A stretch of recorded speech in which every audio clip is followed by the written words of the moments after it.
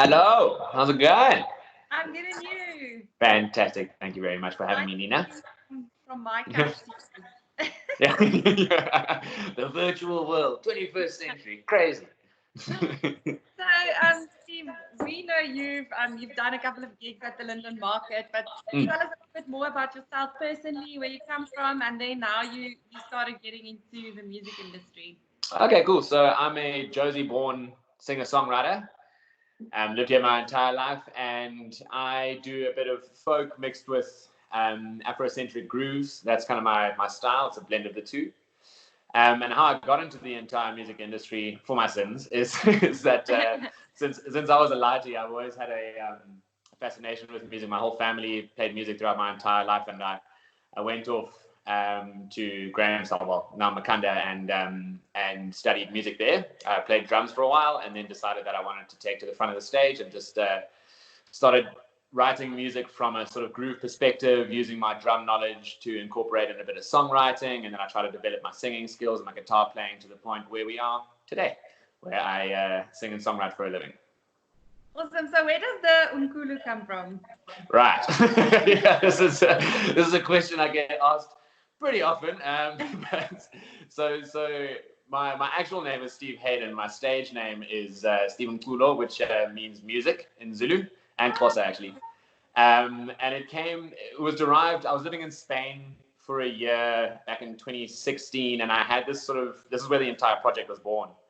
Um, I found, ironically, while I was living there, I was listening to a lot more Afrocentric music, just because I missed home so much. And so that's how I started writing these types of grooves. I started writing songs based on sort of kwaito beats and a bit of izikatamia, and I just found that I resonated with the style a lot better than the sort of folk stuff that I was concentrating on before that. So I basically, Steve Umculo is my attempt at a cultural blend between Western and African cultures. That's where it originally comes from. Yeah.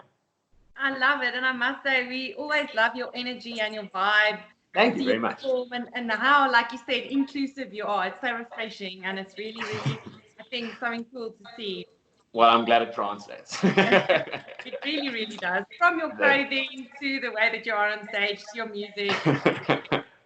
Thank you, Nina. I appreciate that. So, obviously, the lockdown has, um, you know, um, influenced, all of the industries around the country and the world. Yeah. So, how has it Yeah. influenced the music industry for you or your career specifically?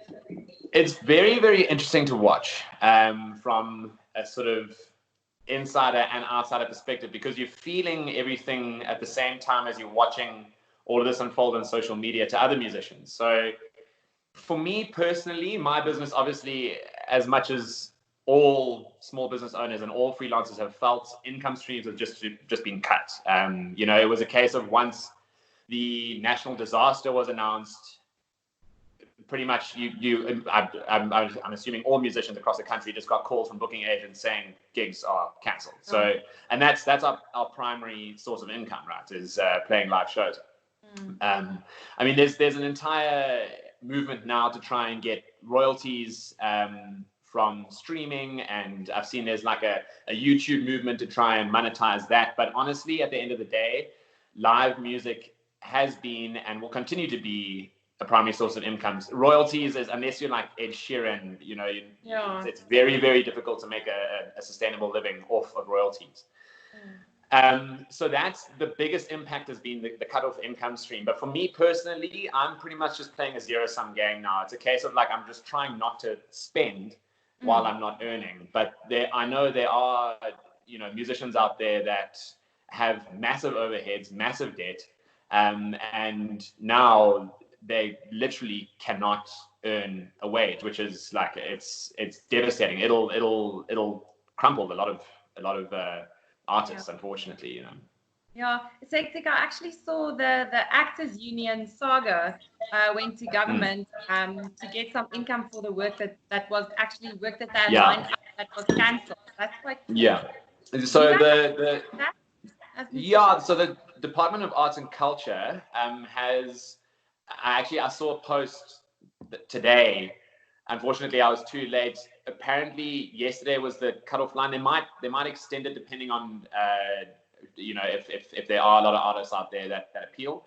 But there's funding from the Department of Arts and Culture for artists. If you apply and prove that you can, that you would have made a certain amount of money from April to June, they'll reimburse you for whatever losses you've taken on. So there are initiatives out there, very, very cool initiatives, both governmental and private, that are attempting to sustain the artists that would have lost a lot of money during this period.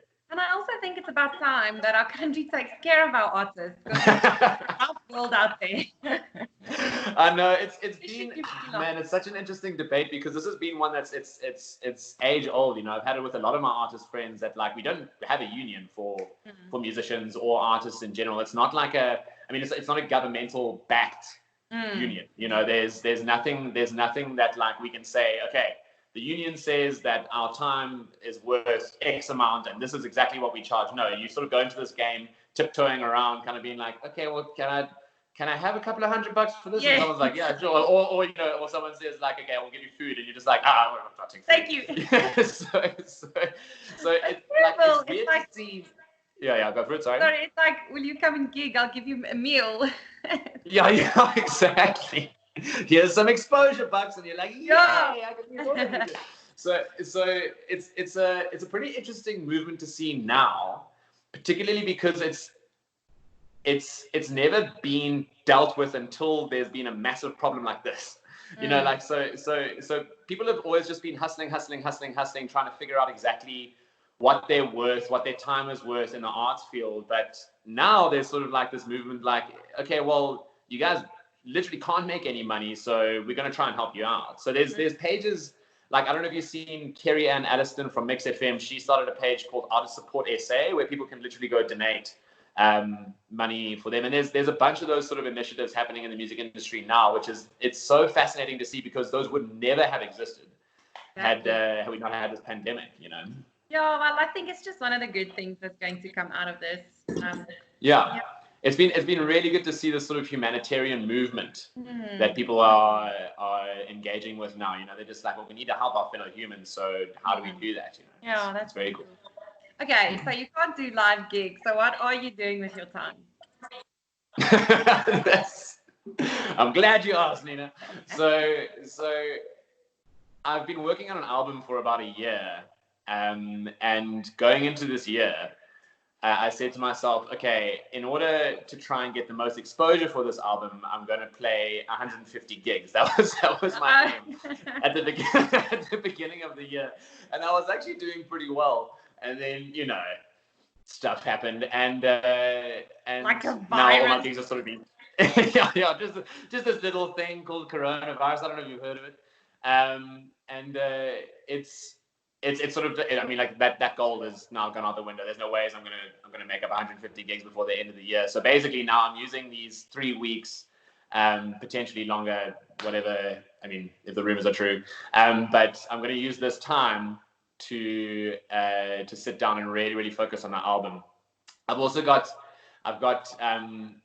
I've just signed with a record label in France, a distribution deal with them. So I'm communicating with them a lot about how we're going to release this thing, when the best time to release it is, what the strategy after the lockdown is, and there's sort of like this ongoing communication about how best to strategize the release of the album.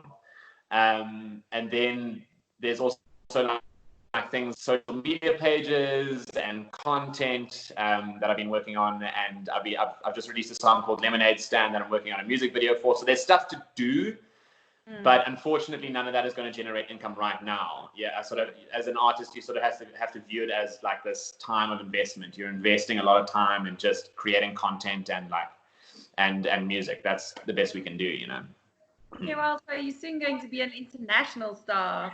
I don't know about all that. We'll hold thumbs for you. Thank you, Nina. I appreciate that. We're just going to have to see how this pandemic goes, I suppose. But yeah, I'm sure after this we'll be able to plan. Yeah. So, what is the one thing that you would have liked to achieve by the end of lockdown, whenever it may be? The one thing is to have the album demos ready. So to have my album a very, very good blueprint of taking that album out of the lockdown into a studio and then releasing it. Having basically the sound mapped for the album, and then a strategy of how I'm going to release it afterwards. And then once this lockdown is over, just gig as much as possible. Just try and, get in as many dates. But I think there's going to be a big scramble from artists and booking agents and festivals and the rest of it to try and get as many dates as possible. So basically just keep communication up, work on the album, and then once this is all done, just hit the ground running again. So, okay, this is in Stephen Umculo's world, right? Okay. Yes. So during this lockdown time, and obviously the world is going to be completely different at the end of it. How would you like the public to better support local musicians, like in your ideal dream world? So this is actually a conversation I've had quite a lot with a booking agent about what the strategy is moving forward for live artists. Because I mean, like I can say something very romantic, like please come and support live music, but honestly, it's a case of, at the end of this, we're going to hit a pretty hardcore global recession, probably the biggest one we've seen since 2008. And the harsh reality is that while, yes, artists and musicians, entrepreneurs, freelancers, the rest of it won't have money, it's also going to hit the corporate sector pretty big. So, it's a case of like, I would love for people to come out and support live music. That's always been my prerogative. I've always implored people just to support live music because it's A, our bread and butter, and also B, just the thing that brings me the most joy is going to go see like live artists, but you can't necessarily have this massive expectation of people all of a sudden to come and spend money on tickets, and it's because not many people are going to have disposable income coming out of this. So I suppose to get the ball rolling again, it's just a case of support where you can. Support, even if it's like a share on social media, even if it's going to like a free show, whatever the case is, just we can still use our time to better help our fellow man. It's like while no one will have money coming out of this, we can still use whatever we have at our disposal, whether it be time or our social media capabilities, just to help artists still get exposure and to still get some form of income coming out of this, and that's going to come from the general public supporting art. That's basically what I mean. That's again my romantic notion, but hopefully something that people can engage with. Very cool, and I think it's also something like what you sow, you shall reap. If you don't have money, sow time. If you don't have support yourself, give support to someone else. Exactly. Yeah. 100%. Yeah. Okay, so I know you've got a song prepared for us. So before that, what is a piece of encouragement or a piece of hope that you can give to your fellow artists, small business, entrepreneurs? With a disclaimer that I too am going through a whole lot of existential crises right now. The one thing that I think is just so important for artists everywhere and for entrepreneurs, for freelancers, is just to keep working. Don't feel lethargic, don't feel apathetic, don't feel like this is the end of the world, because once this is all over, yes, the entertainment industry in general, and probably for small businesses and freelancers, once the cogs start ticking, those are the last cogs to carry on moving, but they will eventually carry on moving. We can't just drop what we're doing and pursue another route. That's not how economy works. How economy works is everybody keeps on doing what they're good at, what they love, and what they're passionate about. And eventually we will recover. We will recover. So please, please, please, to anybody listening out there, even if it's just one guy, just carry on working. Please carry on working. Awesome. I love it. Okay, now can you do some work, please, and get on that? Yes, yeah. I'm guessing I need this little tool over here. So I actually, for the first time ever, I sat down last night and I thought to myself, you know what? I need to create a pandemic song, but not like, I know that the Kifness has been doing all of those parodies and it's like it's been going viral and stuff. And if I'm perfectly honest, I mean, they are fantastic. And I've seen one too many viral videos about this pandemic. So what I've decided to do is just try and lift up some spirits. This song is called "Lose the Lockdown Blues," and it's just a little one. It's like a minute long. So, are you struggling? Are you waiting for this to be over? Are you juggling a choice to stay inside or spread corona? It's your 7th run of Game of Thrones. You've baked your 1 millionth banana loaf, and you're wondering how to handle the next 2 weeks dead sober. But seriously, guys, I wish I could play for you live. But in the meantime, I guess my phone screen will have to suffice. I dream of the day that I can take back to the stage. But until then, I'll do my best to brighten up your day and lose the lockdown blues. Let's lose the lockdown blues. We're in this together. Lose the lockdown blues. Let's lose the lockdown blues. Yeah, the lockdown blues. Yay!